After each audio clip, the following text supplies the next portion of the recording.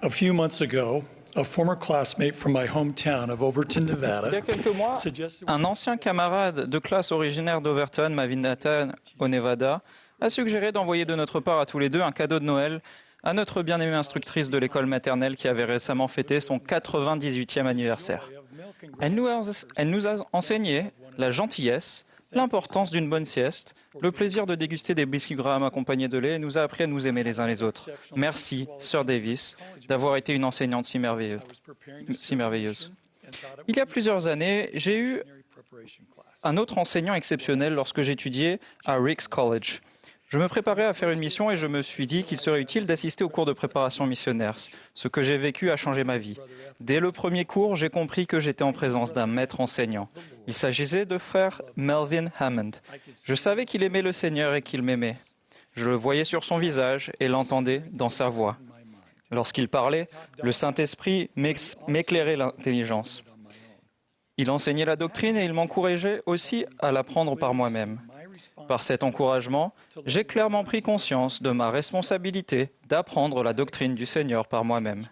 Cette expérience m'a changé à jamais. Merci, frère Hammond, d'avoir enseigné à la manière du Sauveur.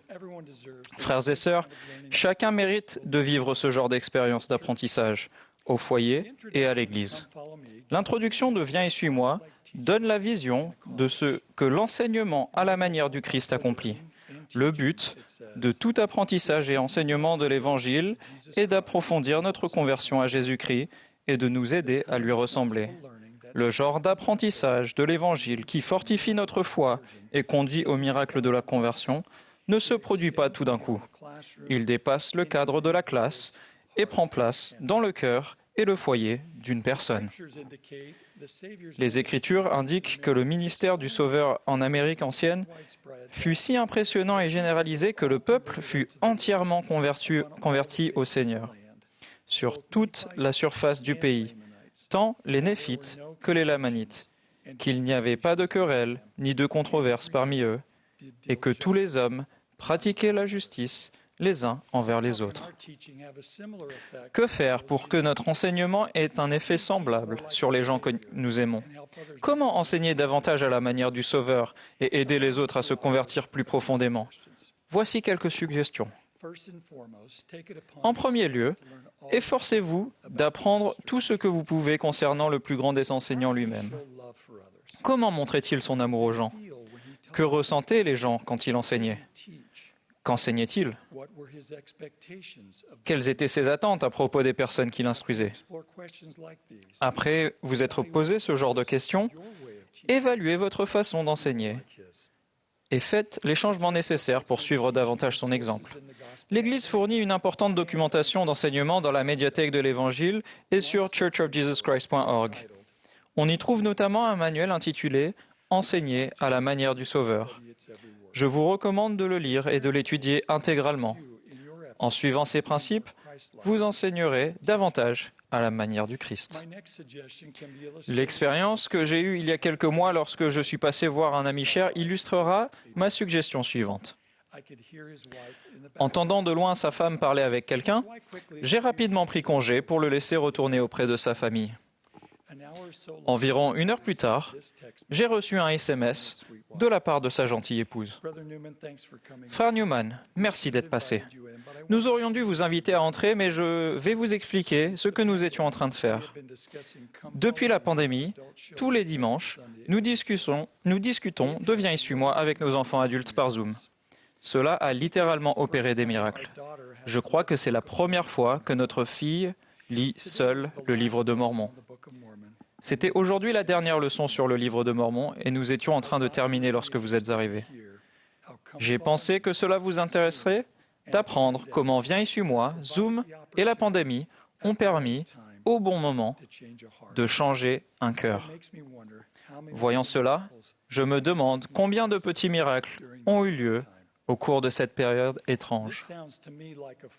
J'y vois un accomplissement de la promesse faite par Russell Nelson en octobre 2018.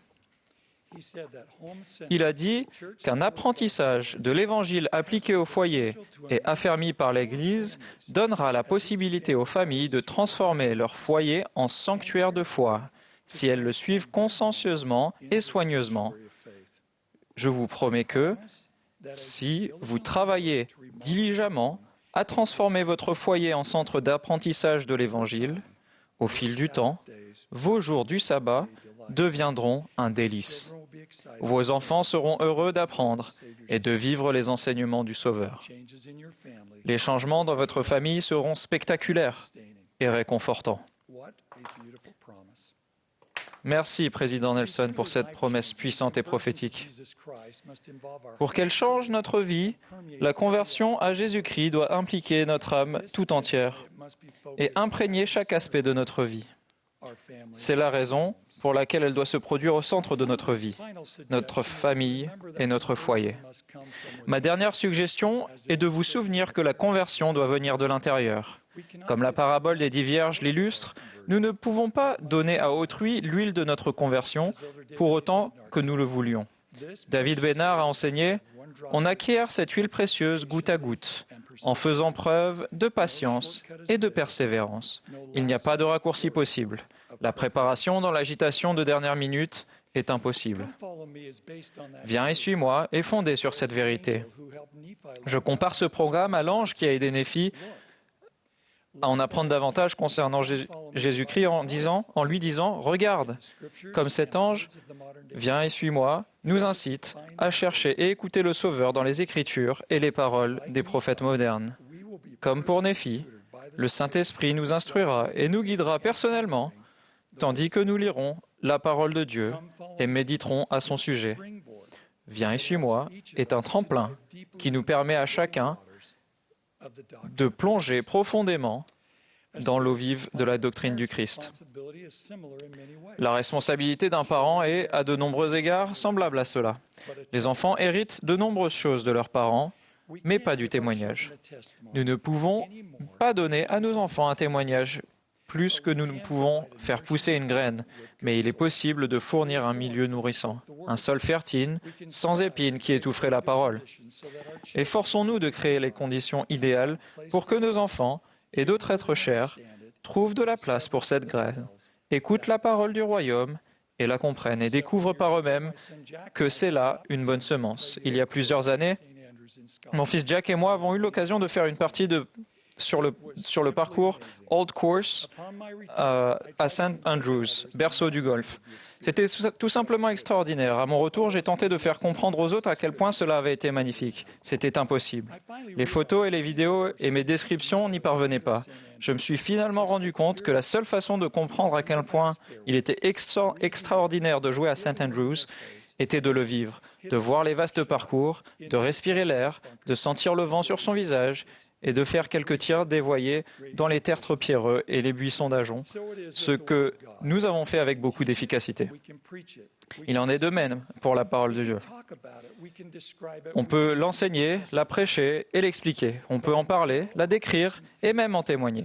Néanmoins, tant qu'une personne ne ressent pas la parole sacrée de Dieu se distiller sur son âme, comme la rosée des cieux, par le pouvoir du Saint-Esprit, c'est comme si elle regardait une carte postale ou les photos de vacances d'une autre personne. Il faut s'y rendre soi-même. La conversion est un parcours personnel, un parcours de rassemblement. Quiconque enseigne au foyer ou à l'église peut donner à d'autres la possibilité de vivre leurs propres expériences spirituelles. Grâce à ces expériences, ils connaîtront la vérité de toutes choses par eux-mêmes.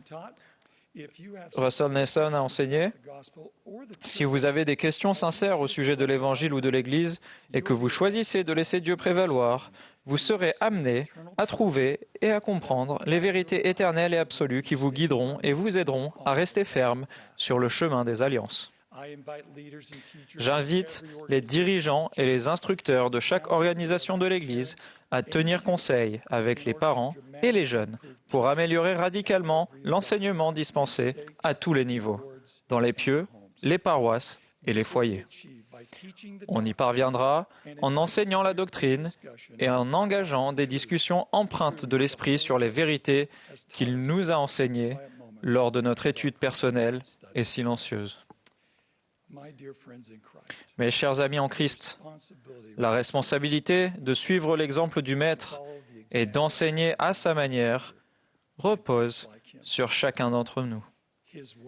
Sa manière est véritablement la meilleure.